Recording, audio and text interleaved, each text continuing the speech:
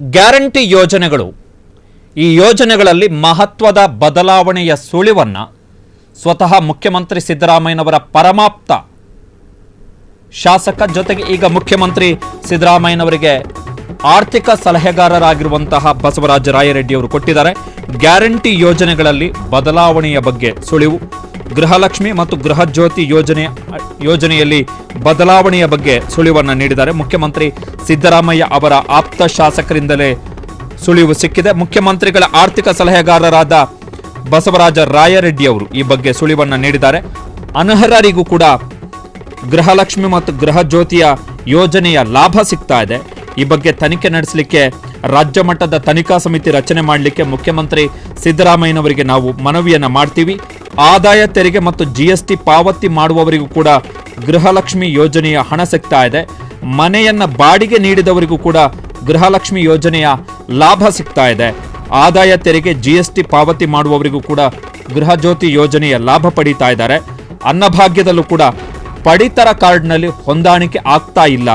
ಈ ಬಗ್ಗೆ ತನಿಖೆಯನ್ನು ನಡೆಸಲಾಗುತ್ತೆ ಅಂತೇಳಿ, ಅನರ್ಹ ಫಲಾನುಭವಿಗಳ ಬಗ್ಗೆ ತನಿಖೆಯನ್ನು ನಡೆಸಲಾಗುತ್ತೆ ಅಂತೇಳಿ ಮುಖ್ಯಮಂತ್ರಿ ಸಿದ್ದರಾಮಯ್ಯನವರ ಆರ್ಥಿಕ ಸಲಹೆಗಾರರು ಜೊತೆಗೆ ಯಲಬುರ್ಗಾ ಕ್ಷೇತ್ರದ ಶಾಸಕರು ಆಗಿರುವಂತಹ ಬಸವರಾಜ ರಾಯರೆಡ್ಡಿ ಅವರು ಹೇಳಿಕೆಯನ್ನು ಕೊಟ್ಟಿದ್ದಾರೆ. ವೆರಿ ಇಂಪಾರ್ಟೆಂಟ್ ಸ್ಟೇಟ್ಮೆಂಟ್ ಇದು. ಕಾರಣ ಬಸವರಾಜ ರಾಯರೆಡ್ಡಿ ಮುಖ್ಯಮಂತ್ರಿಗಳ ಆರ್ಥಿಕ ಸಲಹೆಗಾರರು, ದಾಖಲೆಯ ಬಜೆಟ್ ಅನ್ನು ಮಂಡಿಸಿರುವಂತಹ ಮುಖ್ಯಮಂತ್ರಿ ಸಿದ್ದರಾಮಯ್ಯನವರ ಆರ್ಥಿಕ ಸಲಹೆಗಾರರು ಶಾಸಕ ಬಸವರಾಜ ರಾಯರೆಡ್ಡಿ ಇವರು 2013ರ ಸಿದ್ದರಾಮಯ್ಯನವರ ಸರ್ಕಾರದಲ್ಲಿ ಉನ್ನತ ಶಿಕ್ಷಣ ಸಚಿವರಾಗಿದ್ದಂಥವರು. ಸೊ ಸಿದ್ದರಾಮಯ್ಯನವರ ಪರಮಾಪ್ತರು. ಎಕಾನಮಿಯ ಮೇಲೆ, ಆರ್ಥಿಕತೆಯ ಮೇಲೆ ಜ್ಞಾನ ಇದೆ, ಅವರಿಗೆ ತಿಳುವಳಿಕೆ ಇದೆ. ಅದರ ಆಳ ಅಗಲ ಬಸವರಾಜ ರಾಯರೆಡ್ಡಿ ಅವರಿಗೆ ಗೊತ್ತಿರೋದ್ರಿಂದಾಗಿ ಸಹಜವಾಗಿ ಇವರ ಸ್ಟೇಟ್ಮೆಂಟ್ ಏನಿದೆ ಇದು ಮಹತ್ವವನ್ನು ಪಡ್ಕೊಂಡಿದೆ. ಮುಖ್ಯವಾಗಿ ಆರ್ಥಿಕ ಸಲಹೆಗಾರರು, ಮುಖ್ಯಮಂತ್ರಿಗಳ ಆರ್ಥಿಕ ಸಲಹೆಗಾರರು ಎನ್ನುವಂಥ ಕಾರಣಕ್ಕೋಸ್ಕರ ಯಾಕೆ ಈ ಬದಲಾವಣೆಯ ಅನಿವಾರ್ಯತೆ ಆಗಬಹುದು ಅಂತ ಹೇಳಿದ್ರೆ, ಬಸವರಾಜ ರಾಯರೆಡ್ಡಿ ಅವರೇ ಕೊಟ್ಟಿರುವಂತಹ ಸ್ಟೇಟ್ಮೆಂಟ್ನ ಪ್ರಕಾರ ಒಂದು ವಿಧಾನಸಭಾ ಕ್ಷೇತ್ರಕ್ಕೆ ಸುಮಾರು 250 ಕೋಟಿ ರೂಪಾಯಿಯನ್ನ ಗ್ಯಾರಂಟಿ ಯೋಜನೆಗಳ ರೂಪದಲ್ಲಿ ಸರ್ಕಾರ ವೆಚ್ಚ ಮಾಡ್ತಾ ಇದೆ. ಸೊ ಸಹಜವಾಗಿಯೇ ಸರ್ಕಾರದ ಮೇಲೆ ಬರ್ಡನ್ ಆಗ್ತಾ ಇದೆ ಎನ್ನುವಂಥ ಒಂದು ಅಂಶವನ್ನ ಬಸವರಾಜ ರಾಯರೆಡ್ಡಿ ಅವರು ಪದೇ ಪದೇ ಉಲ್ಲೇಖ ಮಾಡಿದ್ದಾರೆ. ಇದು ಹೊಸ್ತಲ್ಲ, ಬಟ್ ಗ್ಯಾರಂಟಿ ಯೋಜನೆಗಳ ಫಲಾನುಭವಿಗಳನ್ನ ನಾವು ಪರಿಶೀಲನೆ ಮಾಡ್ತೀವಿ, ಜೊತೆಗೆ ತನಿಖೆ ಮಾಡ್ತೀವಿ ಎನ್ನುವಂಥ ಸ್ಟೇಟ್ಮೆಂಟ್ ಇದೆಯಲ್ಲ, ಅದು ಬಿಗ್ ಸ್ಟೇಟ್ಮೆಂಟ್. ಆದಾಯ ತೆರಿಗೆ, GST ಜೊತೆ ಮತ್ತು ಮನೆ ಬಾಡಿಗೆ ಕೊಡುವಂಥವ್ರು ಯಾರಿದ್ದಾರೆ ಅವರಿಗೆ ಈ ಎರಡೂ ಯೋಜನೆಗಳಿಂದ ಅವರನ್ನು ಹೊರತರಲಿಕ್ಕೆ ಪ್ರಯತ್ನವನ್ನು ಮಾಡಲಾಗುತ್ತೆ. ಈ ವರ್ಷದ ಬಜೆಟ್ ಅಂದರೆ 2025ರ ಏಪ್ರಿಲ್ 1ನೇ ತಾರೀಕಿನಿಂದ ಜಾರಿಯಾದಂತಹ ಬಜೆಟ್ನ ಪ್ರಕಾರ ರಾಜ್ಯ ಸರ್ಕಾರ ಸುಮಾರು 51,034 ಕೋಟಿ ರೂಪಾಯಿಯಷ್ಟು ಮೊತ್ತವನ್ನು ಗ್ಯಾರಂಟಿ ಯೋಜನೆಗಳಿಗೋಸ್ಕರ ವೆಚ್ಚವನ್ನು ಮಾಡ್ತಾ ಇದೆ, ಇರಿಸಲಾಗಿರುವಂಥದ್ದು. ಅಂದರೆ ರೆವಿನ್ಯೂ ರಿಸಿಪ್ಟ್, ಸರ್ಕಾರಕ್ಕೆ ಏನು ಆದಾಯ ಬರುತ್ತೆ ಅದರಲ್ಲಿ 17% ಭಾಗವನ್ನು ಸರ್ಕಾರ ಈ ಗ್ಯಾರಂಟಿ ಯೋಜನೆಗಳಿಗೋಸ್ಕರ ಮೀಸಲಿಟ್ಟಿದೆ.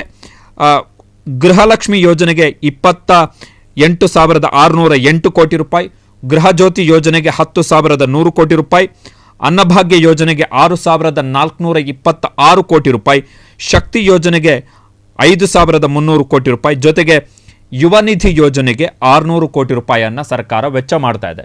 51,000 ಕೋಟಿ ರೂಪಾಯಿಯನ್ನು ಸರ್ಕಾರ ಈ ಗ್ಯಾರಂಟಿ ಯೋಜನೆಗಳಿಗೆ ವೆಚ್ಚ ಮಾಡ್ತಾ ಇದೆ.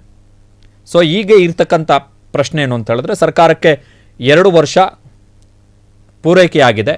2 ವರ್ಷ ಪೂರೈಸಿದ ಬಳಿಕ ದೀರ್ಘಕಾಲದಿಂದ ಶಾಸಕರಲ್ಲೂ ಕೂಡ ಒಂದು ಅಸಮಾಧಾನ ಇತ್ತು. ಈ ಗೃಹಲಕ್ಷ್ಮಿ, ಗೃಹಜ್ಯೋತಿ ಯೋಜನೆಗಳು, ಗ್ಯಾರಂಟಿ ಯೋಜನೆಗಳ ಕಾರಣದಿಂದಾಗಿ ಅಭಿವೃದ್ಧಿ ಕಾಮಗಾರಿಗಳಿಗೆ ಅನುದಾನ ಬಿಡುಗಡೆ ಆಗ್ತಾ ಇಲ್ಲ ಅಂತೇಳಿ ಈಗ ಸ್ವತಃ ಮುಖ್ಯಮಂತ್ರಿಗಳ ಆರ್ಥಿಕ ಸಲಹೆಗಾರರು ಹೇಳಿದ್ದಾರೆ, ನಾವು ರೆಕ್ಟಿಫೈ ಮಾಡ್ತೀವಿ. ಅನರ್ಹರು ಅಂತ ಹೇಳಿದ್ರೆ ಗೃಹಲಕ್ಷ್ಮಿ, ಗೃಹಜ್ಯೋತಿ, ಶಕ್ತಿ ಈ ಎಲ್ಲ ಯೋಜನೆಗಳು ಕೂಡ ಮುಂದುವರಿಯುತ್ತವೆ. ಆದರೆ ಯಾರಿಗೆ ಯೋಜನೆ ಹೋಗಬಾರದು, ಯಾರಿಗೆ ಅಂತ ಹೇಳಿದ್ರೆ ಆದಾಯ ತೆರಿಗೆ, ಇನ್ಕಮ್ ಟ್ಯಾಕ್ಸ್ ಕಟ್ಟುವಂಥವರಿಗೆ, GST ಅಂದರೆ ಯಾರು ವ್ಯಾಪಾರ ವ್ಯವಹಾರ ಮಾಡ್ತಾ ಇದ್ದಾರೆ ಅವರಿಗೆ, ಮನೆ ಬಾಡಿಗೆ ಕೊಟ್ಟಿರುವಂಥವರಿಗೆ, ಇವರಿಗೆ ಈ ಯೋಜನೆಗಳು ಹೋಗಬಾರ್ದು.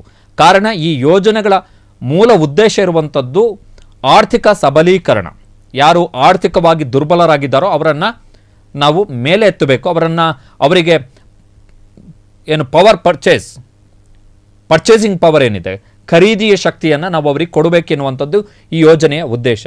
Nothing wrong. ನನ್ನ ಪ್ರಕಾರ ಏನೂ ತಪ್ಪೇನಿಲ್ಲ, ರೆಕ್ಟಿಫೈ ಮಾಡಬೇಕು ಯೋಜನೆಗಳಲ್ಲಿ. ದೊಡ್ಡ ಮಟ್ಟದ ಲೂಪ್ ಹೋಲ್ಸ್ ಇದ್ದು, ಫಾರ್ ಎಕ್ಸಾಂಪಲ್ ಈಗ BPL ಕಾರ್ಡ್ನ ಸಂದರ್ಭದಲ್ಲಿ ಸಾಕಷ್ಟು ಟೀಕೆ ಟಿಪ್ಪಣಿಗಳನ್ನು ಸರ್ಕಾರ ಎದುರಿಸ್ತು. Nothing wrong. BPL ಕಾರ್ಡ್ ಯಾರಿಗೆ ಬೇಡವೋ, ಯಾರು ಅನರ್ಹರಿದ್ದಾರೋ ಅವರಿಗೆ BPL ಕಾರ್ಡ್ ರದ್ದು ಮಾಡೋದರಲ್ಲಿ ಯಾವುದೇ ತಪ್ಪಿಲ್ಲ.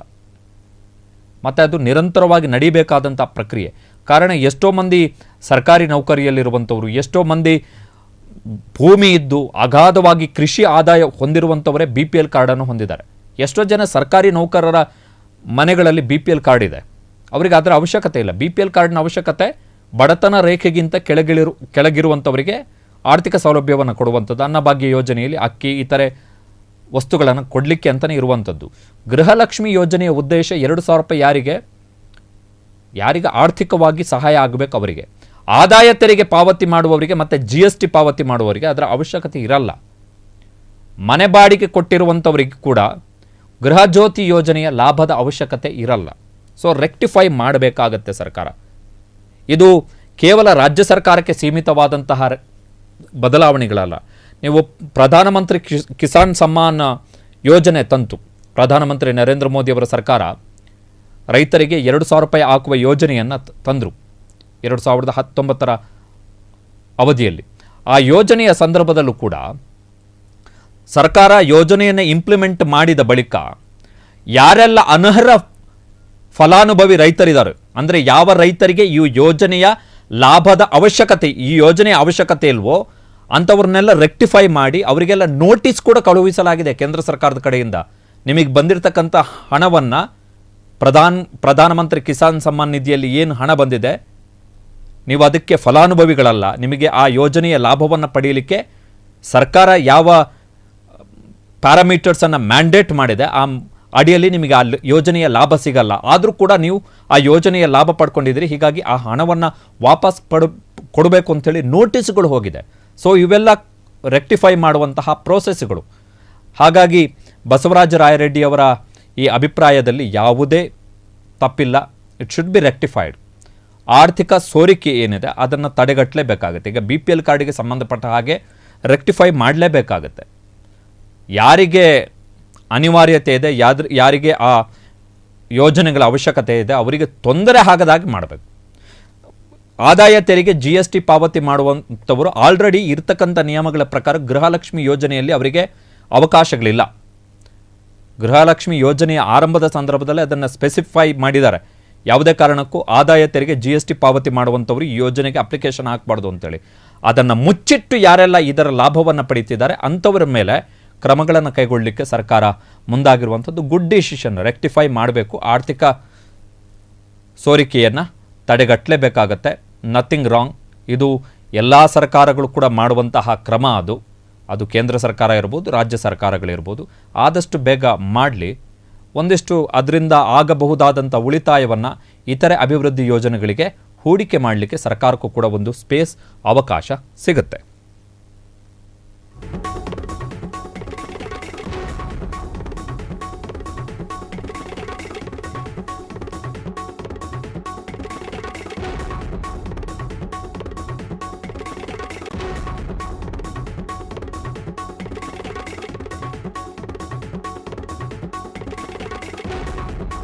ಕ್ಷಣ ಕ್ಷಣದ ಸುದ್ದಿಗಳಿಗಾಗಿ ಫ್ರೀಡಂ ಟಿವಿ ಸಬ್ಸ್ಕ್ರೈಬ್ ಮಾಡಿ, ಲೈಕ್ ಮಾಡಿ ಹಾಗೂ ಫಾಲೋ ಮಾಡಿ. ಹೊಸ ಸುದ್ದಿಗಳ ನೋಟಿಫಿಕೇಶನ್ಗಾಗಿ ಬೆಲ್ ಐಕಾನ್ ಮೇಲೆ ಕ್ಲಿಕ್ ಮಾಡಿ.